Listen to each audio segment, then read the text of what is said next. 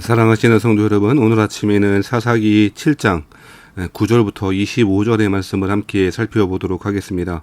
하나님께서는 겁쟁이 기드온을 하나님의 용사로 세워 가시고 계십니다. 하나님은 그 기드온과 300의 백성들을 통하여, 군사들을 통하여 승리를 주고 계심을 오늘 본문에서 잘 이야기하고 있습니다. 기드온은 하나님의 말씀을 들었음에도 불구하고 여전히 두려워하고 그 두려움을 극복하지 못하고 있었습니다. 하나님께서는 그래서 그 기드온에게 내가 내려가기를 두려워하거든 내 부하 부라라고 하는 사람과 진영으로 내려가라라고 이야기하고 있습니다. 이 기드온은 그 부라와 함께 진영으로 내려간 것이 아니고 진영 근처로 내려가게 되었다라고 이야기합니다. 진영으로 가지 않고 여전히 그 근처까지만 내려가고 있는 소심하고 두려운 모습을 잘 보여주고 있는 것이죠. 그때 무슨 일이 벌어지냐, 미디안과 아말렉과 동방의 모든 사람들이 골짜기에 진을 치고 있었을 때에 메뚜기의 많은 수와 같고 그들의 낙타의 수가 많아서 해변의 모래가 많은 같이 그 군사들의 숫자를 확인하게 되었던 것이죠.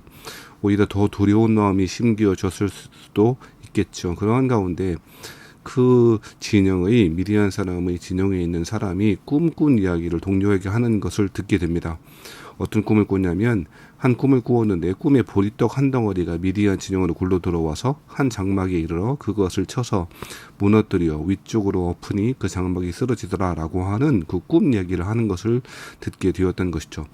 여기서 보리떡은 이스라엘 사람들을 가리키고 있습니다. 미디안 사람들이 토지 소산과 식물을 남겨두지 않고 갖고 갔었기 때문에 당시 이스라엘 사람들은 보리떡 같은 시원찮은 음식에 의존하고 살아가고 있었던 것이죠. 그래서 보리떡은 이스라엘 사람들을 가리키고 있는 것이죠.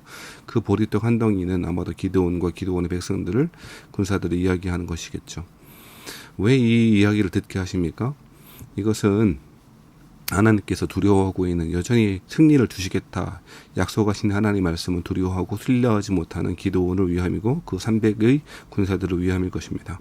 하나님은 이렇게 하시죠. 하나님 이렇게 일하십니다.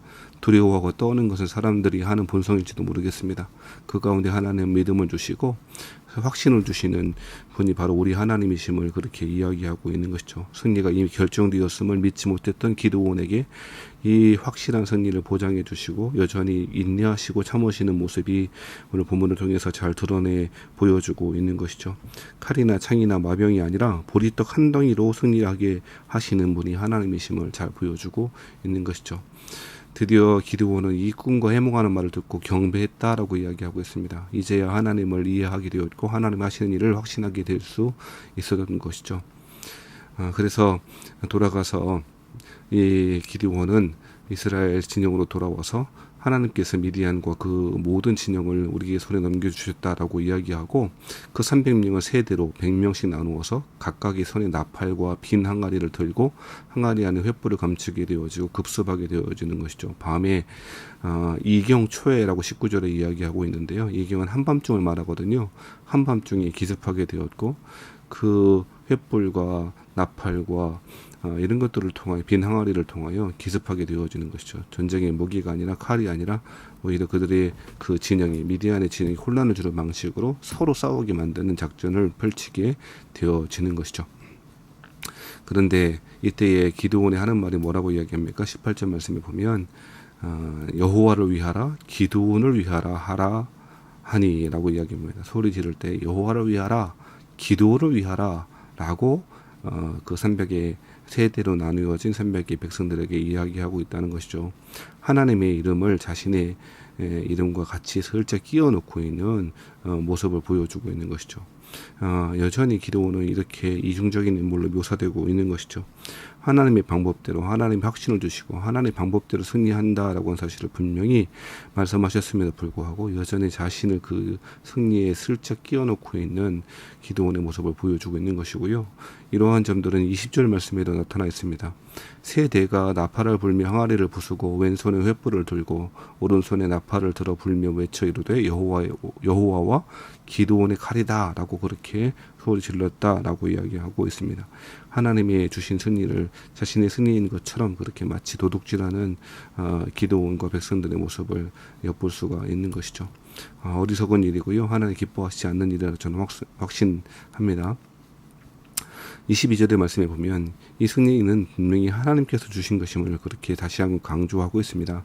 300명의 나팔을 불 때 여호와께서 그 온 진영에서 친구끼리 칼로 치게 하심으로 라고 이야기하죠. 하나님께서 하신 일이다 라고 분명히 이야기하고 있는 것이죠. 기드온의 칼이 아니고 기드온을 위하는 것이 아니고 하나님이 권능으로 이기시는 일임을 그렇게 잘 이야기하고 강조하고 있는 것이죠. 그래서 이후로 24절 25절 말씀에 보면 이때에 다시금 돌아갔던 사람들이 돌아왔던 것 같아요. 집으로 돌아갔던 사람들이 부름을 받고 23절에 보면 부름을 받고 미디안을 추격하게 되었다라고 이야기하고 수많은 사람들이 다시금 돌아와서 그 미디안 모든 사람들의 전쟁에서 이기게 되어지고 미디안의 두 방백 오렙과 스웹을 사로잡아서 승리하게 되는 이야기가 오늘 본문의 이야기인 것이죠.